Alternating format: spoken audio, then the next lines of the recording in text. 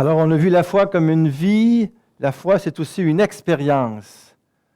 Quand on n'a pas fait l'expérience, c'est très difficile à décrire la foi, à donner le goût de croire. Hein. C'est comme une bonne bouteille de vin. Je peux avoir un vin, moi, qui est extraordinaire. J'ai beau vous le dire, m'évertuer devant vous autres. Ah, il est extraordinaire, ce vin-là. C'est un Bordeaux de telle année, unique. Tu goûtes ça, il y a des goûts de framboise, de raisin. C'est extraordinaire. L'autre a beau t'écouter, lui, il va dire, oui, ça a l'air d'être bon. Tu sais. S'il n'a pas fait l'expérience de ce vin-là, bien Dieu, c'est comme un bon vin. Tant que tu ne l'as pas bu, tu ne sais pas qui il est. Il faut, à un moment donné, vivre cette expérience-là. Pas seulement croire du bout des lèvres, pas seulement être un croyant, je dirais, un petit peu par routine. Là, hein? Non. Vraiment, découvrir Dieu, lire sa parole à chaque jour, vouloir le connaître de mieux en mieux, par le Christ, parce que c'est lui qui nous révèle qui il est. Lui parler, constamment, quand tu marches, quand tu épluches des carottes, même quand tu es aux toilettes, n'importe où, n'importe quand, on peut lui parler. Le Seigneur, la prière, elle n'a pas c'est une expérience, hein?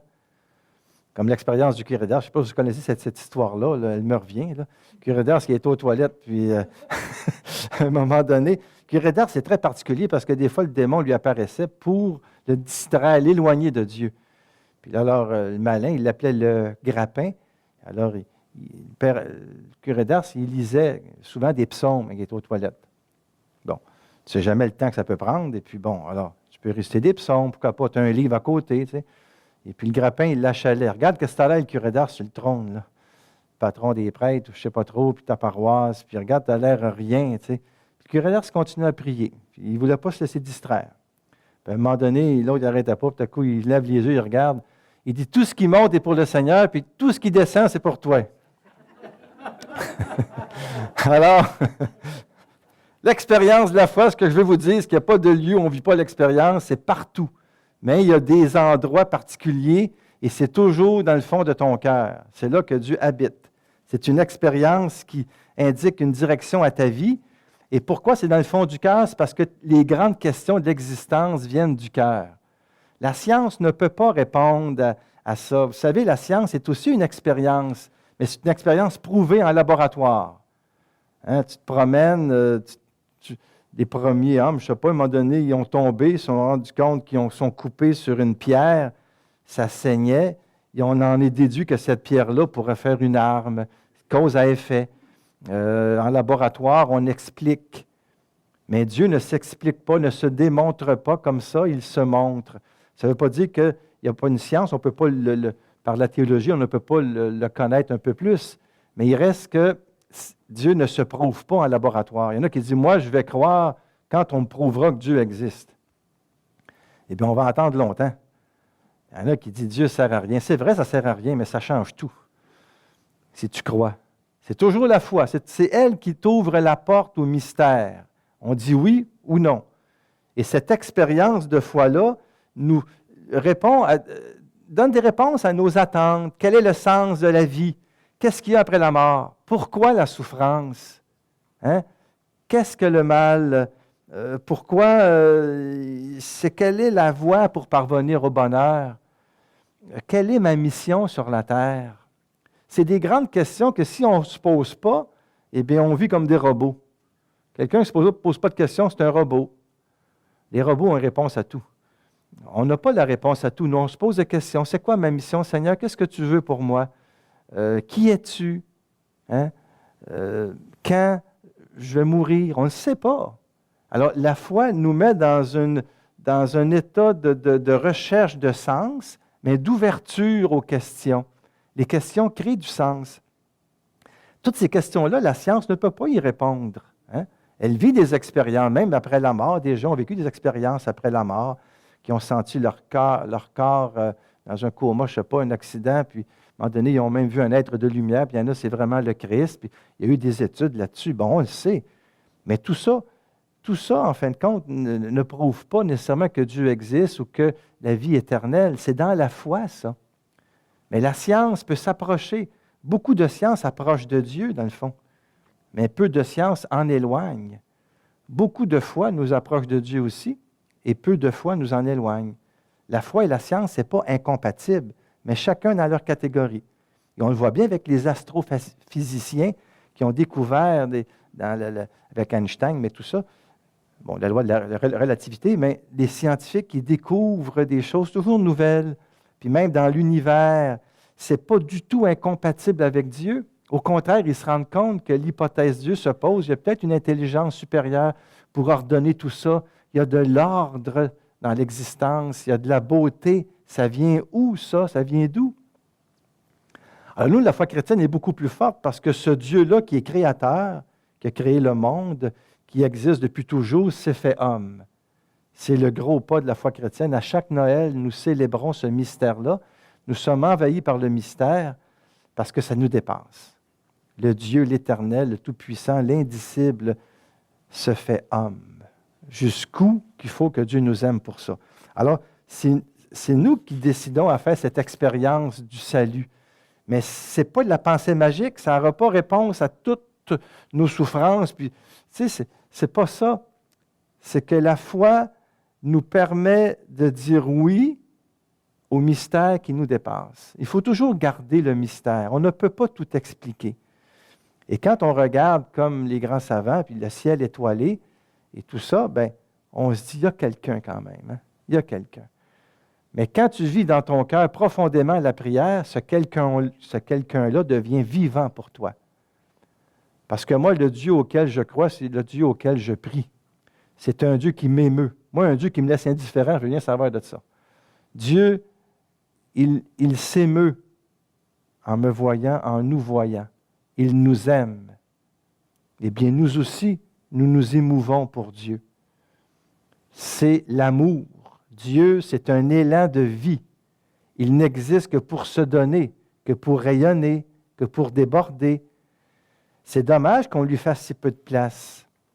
On accorde tant d'importance à d'autres choses, alors que nous allons tous mourir, et que les deux grandes questions, il me semble, qui devraient habiter notre vie, c'est qui est Dieu, puis qu'est-ce qu'il y a après la mort? Parce que dans le fond, le reste, c'est très temporaire, mais ces questions-là demeurent. Et le Seigneur répond à ces questions-là. Jésus nous révèle le Père. Et après la mort, il nous prépare une place, c'est la résurrection.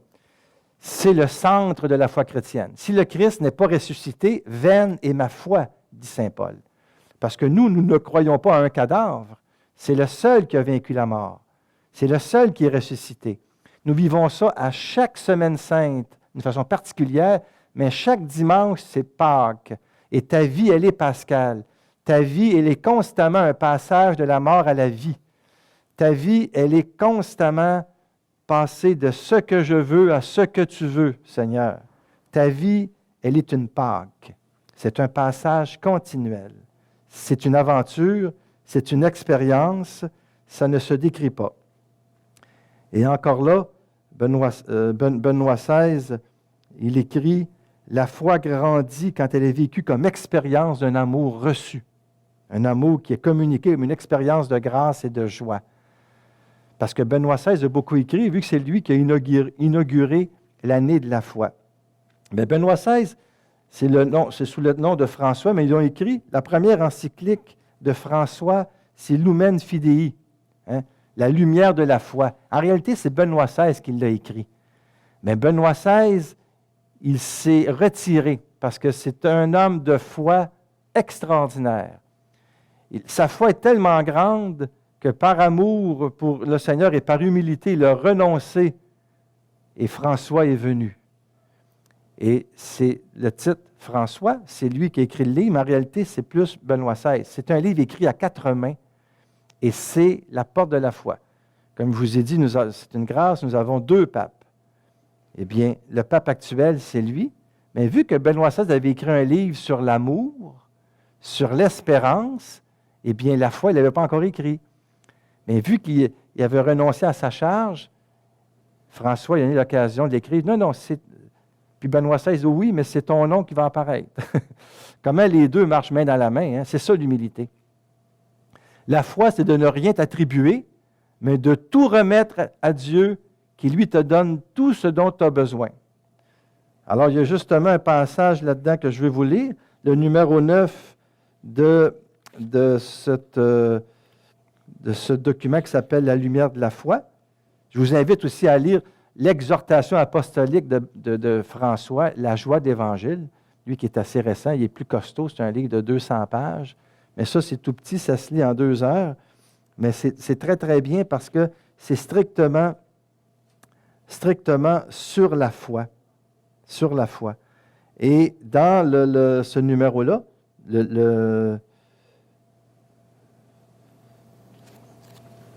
ouais, alors c'est un peu bizarre, mais c'est la page 23. C'est bon, ça. Il faut que je lise une chose et me tromper. Alors, il dit, l'apôtre Paul nous a laissé dans ses écrits une description de l'existence croyante. Celui qui croit en acceptant le don de la foi est transformé en une créature nouvelle. Il reçoit un nouvel être. On devient fils de Dieu, on devient enfant de Dieu par la foi. Hein? Abba, c'est comme ça qu'on appelle Dieu, nous. Abba, Père, Papa chéri. Hein? C'est la parole la plus caractéristique de l'expérience de Jésus, mais ça devient aussi la nôtre, notre expérience à nous. La vie dans la foi en tant qu'existence filiale est une reconnaissance du don originaire et le don que Dieu nous fait radical, que justement nous sommes enfants de Dieu. C'est pour ça que Saint Paul va dire, « Qu'as-tu que tu n'aies reçu? » Nous avons tout. Nous avons tout. Et plus on sentira qu'on n'est rien, ou qu'on a l'impression que nous ne sommes rien dans l'univers, mais plus nous nous abandonnerons au Seigneur, et bien plus le Père, Dieu, sera le tout pour nous. Et nous deviendrons le petit rien du tout, mais le tout de Dieu. Notre rien épouse Dieu, qui est véritablement le sens de notre vie. Alors, la semaine prochaine, on va continuer justement cette expérience de la foi, mais on verra la foi comme une écoute, la foi comme une réponse aussi. Alors, je vous invite à revenir à Aide-nous la semaine prochaine et je vous souhaite une très bonne semaine dans la foi.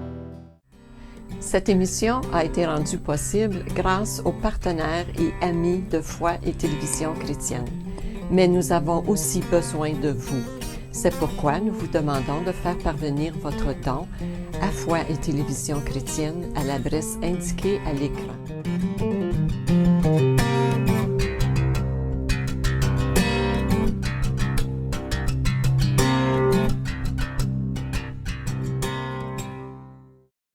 Hey!